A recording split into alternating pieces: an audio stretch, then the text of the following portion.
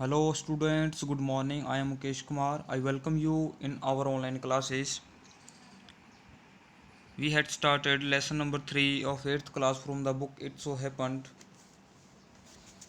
In the last lecture, we had read about the giant, that how spring has forgotten this garden, कि उसका जो garden था वहाँ पर जो स्प्रिंग जो बसंत ऋतु थी वो नहीं आई, वहाँ सिर्फ विंटर थी, स्नो थी और फ्रॉस्ट थे। ठीक है, ऐसा सब कुछ चल रहा था। बिल्कुल ठंडा वो बागीचा हो चुका था, वहाँ पर ठंडी हवाएं चल रही थी, बर्फ़ गिर रही थी, ओले बरस रहे थे, सब कुछ था। लेकिन वहाँ पर ना ही तो कोई फूल खिल रहा था। लेकिन जब एक फूल ने अपने मतलब सिर उठाया घास में से, तो उसने बोर्ड देखा, तो वो भी अपना जो नीचे वहाँ पर वापस चला गया था। ओके, तो आज हम आगे अपना पढ़ना शुरू करते हैं। I can not understand why the spring is so let in coming. कह रहा है कि मैं नहीं समझ सकता कि जो स्प्रिंग है वो आने में इतनी देरी क्यों कर रही है, कि इतनी लेट क्यों है। सेड द सेल्फिश जाइंट, ये जाइंट ने कहा, क्योंकि उसके यहाँ अभी सिर्फ ठंड ही ठंड थी। क्योंकि अब बाकी एरियाज़ के अंदर क्या था, फूल फल खिल चुके थे, बिल्कुल बढ़िया मौसम था, अब सर्दी हट चुकी थी, लेकिन वहाँ अभी भी सर्दी थी। As he sat at the window and looked out at his cold white garden, और जैसा कि वो अपने विंडो के पास बैठा हुआ था और बाहर की तरफ देख रहा था अपने ठंडे और सफ़ेद गार्डन की तरफ, क्योंकि चारों तरफ बर्फ़ ही बर्फ़ थी और वहाँ पर ठंड जमी, बहुत ज़्यादा ठंड थी। अब ये बात कह रहा है, I hope there will be a change in the weather. अब कह रहा है कि मुझे आशा है कि मौसम में थोड़ा बदलाव होगा। वेदर मीन्स क्या होता है, मौसम। But the spring never came nor the summer. अब कह रहे हैं लेकिन स्प्रिंग भी नहीं आई और समर भी नहीं। स्प्रिंग मीन्स बसंत ऋतु नहीं आई, और समर मतलब गर्मियाँ भी नहीं आई, ग्रीष्म ऋतु नहीं आई। The autumn gave golden fruit to every garden, but the giant's garden she gave none. कह रहे कि जो ओटम पतझड़, पतझड़ ने क्या किया, सभी के सुनहरे मतलब फ्रूट दिए। हर गार्डन में जितने भी फ्रूट जो पेड़ थे ना, फ्रूट वाले पेड़, उन सभी में जो उनके फ्रूट थे वो पक चुके थे। ठीक है, और लेकिन जायंट के गार्डन में उसने कुछ नहीं दिया, मतलब उसके वहाँ पर अभी भी ठंड थी तो कुछ नहीं होना था। He is too selfish she said, उसने कहा कि ये बहुत ही खुदगर्ज है। So it was always winter there and the north wind and the hail and the frost and the snow danced about through the trees. कह रहे it was, so it was always, इसलिए वहाँ पर हमेशा सर्दी रहेगी और नॉर्थ विंड चलती रहेंगी, तेज़ हवाएं चलती रहेंगी ठंडी, और ओले गिरते रहेंगे, बर्फ़ जमती रहेगी और बर्फ़ गिरती रहेगी, डांस, और बर्फ़ जो है नाचती रहेगी थ्रो द ट्रीज, उन पेड़ों के ऊपर। नाचते का मतलब क्या, जो बर्फ़ है, स्नोफॉल है, वो होता रहेगा। One morning the giant was lying awake in bed when he heard some lovely music. एक सुबह क्या हुआ, जाइंट जो था अपने बेड पे लेटा हुआ था, और तभी उसने एक आवाज़ सुनी, बहुत ही मधुर संगीत सुना। ठीक है, बहुत मधुर आवाज़ सुनी कुछ। It sounded so sweet to his ears that he thought it must be the king's musicians passing by. ये इतना प्यारा लग रहा था, इतना मनमोहक गाना था, उनके उनके कानों को इतना अच्छा लग रहा था कि उसने सोचा कि ये हो ना हो, ये राजा के म्यूजिशियंस होंगे जो यहाँ से गुजर रहे होंगे।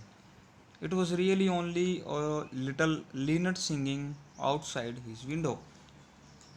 इट वॉज रियली मतलब क्या, ये सच में क्या था, ओनली सिर्फ एक लीनट पक्षी था। लीनट एक चिड़िया होती है जिसकी बहुत प्यारी आवाज़ होती है। ठीक है, लिनट सिंगिंग, वो बोल रही थी, मतलब वो इतना प्यारा बोलती है कि ऐसा लग रहा होता है कि जैसे कि म्यूज़िक बज रहा हो। तो लिनट पक्षी था जो बोल रहा था विंडो के बाहर। But it was so long since he had heard a bird singing in his garden that it seemed to him to be the most beautiful music in the world. ये मतलब but it was so long, इस बात को बहुत लंबा अरसा हो गया था, बहुत ज़्यादा लंबा समय हो गया था कि उसने, कि कोई बर्ड को बोलते हुए सुना हो, उसको गाते हुए सुना हो अपने गार्डन के अंदर, और उसको ये ऐसा लग रहा था कि ये दुनिया का सबसे खूबसूरत म्यूज़िक है। ठीक है, it would be the most beautiful music in the world. ठीक है, दुनिया का या विश्व का सबसे खूबसूरत म्यूज़िक हो। Then the hail stopped dancing over his head. तभी जो ओले थे उन्होंने उसके सिर के ऊपर नाचना बंद कर दिया, मतलब उसके सिर के ऊपर जो गिर रहे थे ना धड़ाधड़ धड़ाधड़, तो वो आवाज़ बिल्कुल बंद हो चुकी थी। And the north wind ceased roaring, roaring मैंने गरजना, सीज्ड मैंने समाप्त होना या ख़त्म हो जाना, और नॉर्थ विंड भी चलना अब मतलब गरजना उसने बंद कर दिया था। And a delicious perfume came to him through the open casement, और एक बहुत ही डिलीशियस के मनमोहक, परफ्यूम मतलब खुशबू, बहुत ही सुंदर, एक बहुत ही मनमोहक खुशबू आई, ठीक है, through the open casement, casement means window, ठीक है, window that opens on हिंग्स like a door, ठीक है, दरवाजे की तरह जो खुली हुई हो विंडो, ठीक है, वहाँ पर आई।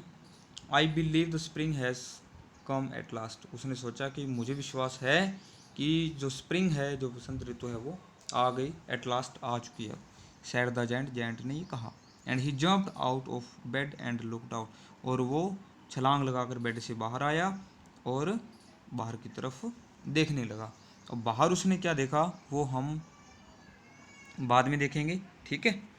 और आपको क्वेश्चन आंसर्स इसके मैं भेज देता हूँ अभी, फिर चेक। कितना पेज नंबर है ये, 20 पेज नंबर है ना, तो इसके 2 क्वेश्चन आंसर्स आप कर लेना।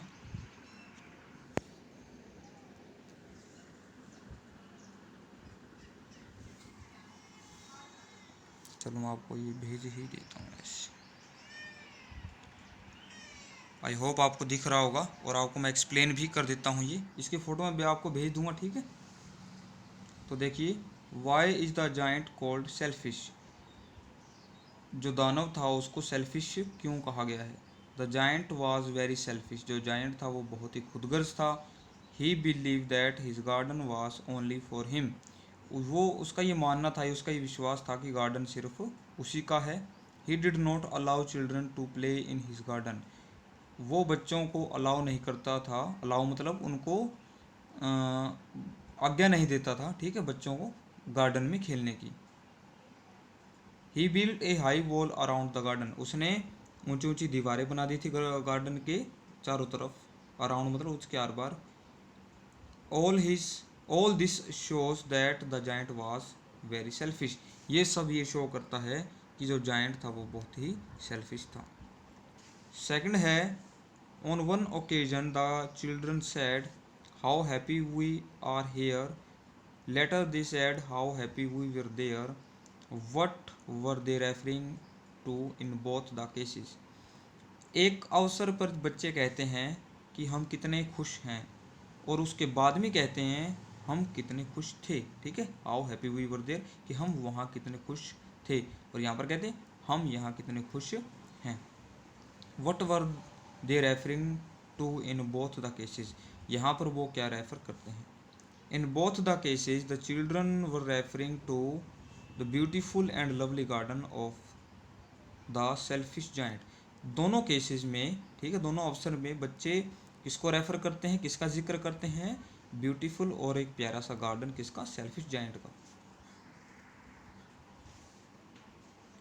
When the giant had been out, और जब जाइंट बाहर चला जाता था कहीं, they used to play in his garden, और वो बच्चे वहाँ उस गार्डन में खेला करते थे। It gave them immense pleasure, और वो उनको बहुत ही आनंद दिया करता था, उनसे बहुत ही खुशी उनको मिलती थी। But later they had only the sweet memories of the beautiful garden, लेकिन बाद में सिर्फ उनकी जो स्वीट प्यारी यादें ही बन के रह गई थी उस ब्यूटीफुल गार्डन की, मतलब अब वो जाइंट आ चुका था और उनको खेलने के लिए उसने मना कर दिया था। तो आज आप 2 ही कर लेना, बाकी का हम कल करेंगे, ठीक है। Thank you.